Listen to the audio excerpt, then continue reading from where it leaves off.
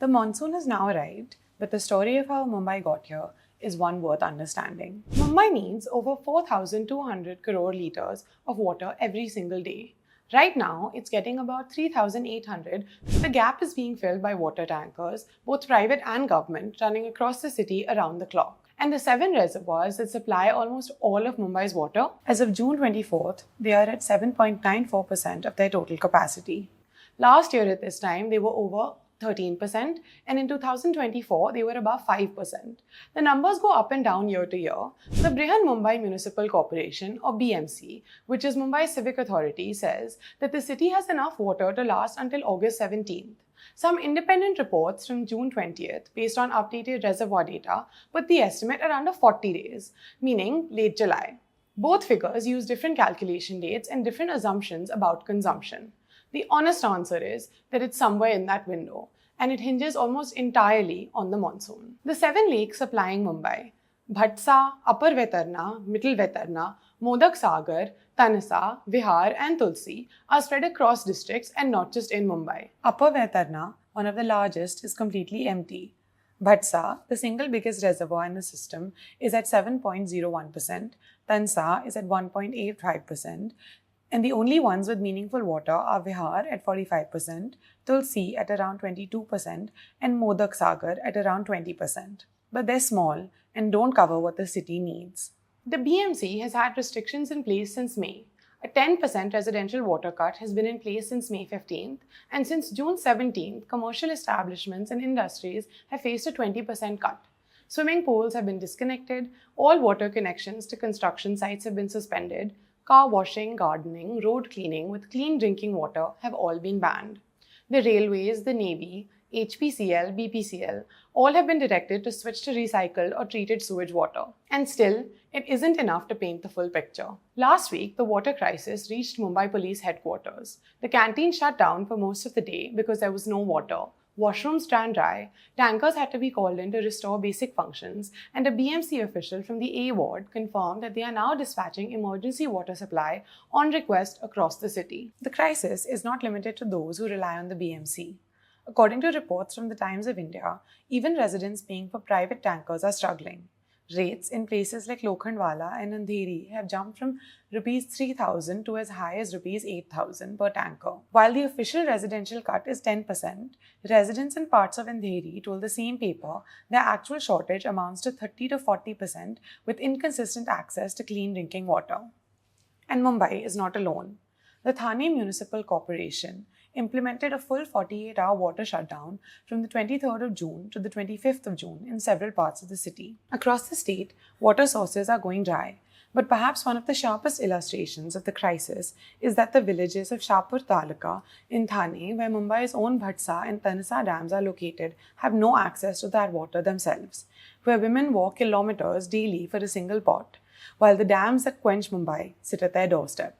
The southwest monsoon normally reaches Mumbai around June 10th or 11th. This year, it arrived at the Kerala coast around June 4th, then stalled near South Konkan around June 8th, and barely moved for nearly 2 weeks. Pune recorded 0 rainfall in the first 15 days of June, the first time since 1958. Normally, this wouldn't be alarming. The monsoon refills the lakes every June, but not yet in 2026. A stalled monsoon, driven by El Niño and weak atmospheric conditions, has left Maharashtra with a 76% shortfall in rain in June so far, according to IMD data.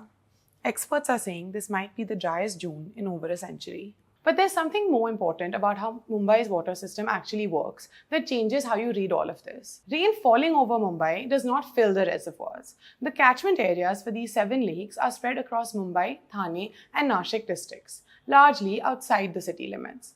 Until sustained heavy rainfall hits those specific areas, the reservoirs don't recover, no matter how hard it rains in Bandra or Colaba. The rain you see out of your window and the water in your tap are connected, but not directly. What matters is what happens in those catchment zones over the next 2 to 3 weeks. As of June 22nd, moderate to heavy rain has started to hit parts of Mumbai, with the city seeing increased rainfall since. The IMD has forecast that conditions are favourable for the further advance of the southwest monsoon. That's the news that people are waiting for. But the reservoirs will need weeks of sustained rainfall over the right areas before levels meaningfully recover. Two infrastructure projects were supposed to change Mumbai's water equation permanently. The Gargai Dam, a 69-meter dam on the Gargai River in Palghar district, was proposed in 2015 to add 440 crore litres per day to Mumbai's supply. Civic officials stated at the time that the project was specifically designed with climate-induced risks like delayed monsoon in mind. It was supposed to be operational by 2025. Separately, a desalination plant at Manori was proposed to convert 200 crore litres of seawater into drinking water per day. That too was slated for completion by late 2025. Together, this adds up to 640 crore litres per day. Here is what happened to both. After forming the government in 2019, the Uddhav Thackeray-led MVA government officially stalled the Gargai Dam, citing environmental concerns. The project would have required clearing 845 hectares of forest land and affected over 3 lakh trees. It was located in an environmentally sensitive area, and acquiring the necessary environmental clearances from multiple government agencies became a prolonged process. For the 3 years that the MVA government was in power, the project saw no movement. The desalination plant followed a different but equally slow trajectory. The BMC signed an MOU with an Israeli water specialist firm in 2021 to prepare a detailed project report, which was submitted the following year. But after the Eknath Shinde-led alliance formed the government in 2022, the project was reviewed and slowed. Part of it was genuinely technical. This would be one of the first desalination plants of its kind in India, and there were very few agencies with the capability to build it. When the first tender was floated in 2024, it received 0 responses. The deadline was extended multiple times before the 2 bidders were finally shortlisted. By that point, the project cost had escalated to 3,200 crore rupees, and the completion date had shifted to 2029. Both projects are now moving after the BJP and Shiv Sena-led Mahayuti alliance formed its majority in the BMC earlier this year. The Gargai Dam was cleared by the Civic Standing Committee in April 2026. Construction begins in October, pegged at 3,000 crore rupees, and the dam is expected to be operational by 2030. The desalination contract has been awarded to Israeli firm IDE Technologies with completion targeted for 2029. The reasons for the delays are not simple. Environmental concerns about clearing forest land are a legitimate public interest question, and a shortage of qualified bidders for an unprecedented infrastructure project is a real constraint, not an excuse. But the result is the same: 640 crore litres a day that Mumbai doesn't have in a zone where it badly needs them. Madhav Chitale, a water resources expert and former committee chair for Greater Mumbai's action plan, framed the long-term challenge this way in the Hindustan Times. Mumbai's water problem is not really about rainfall. The region receives substantial rain. The issue is storage, wastewater recycling, and consumption. Per capita water use has climbed from a planning norm of 80 litres per person per day to around 150 litres today, and could reach 250 litres in the coming decades as living standards rise.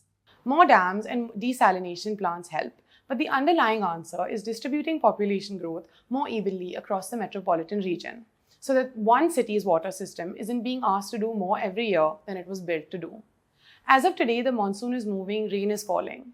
The question is whether it falls hard enough, long enough, and in the right places. Mumbai has been through water stress before, but the window between the water that exists today and the infrastructure that was supposed to exist by now is actually where the crisis lives. And it's a window that will need to be closed before the next dry June arrives. For more stories like this one, keep watching DeKoder.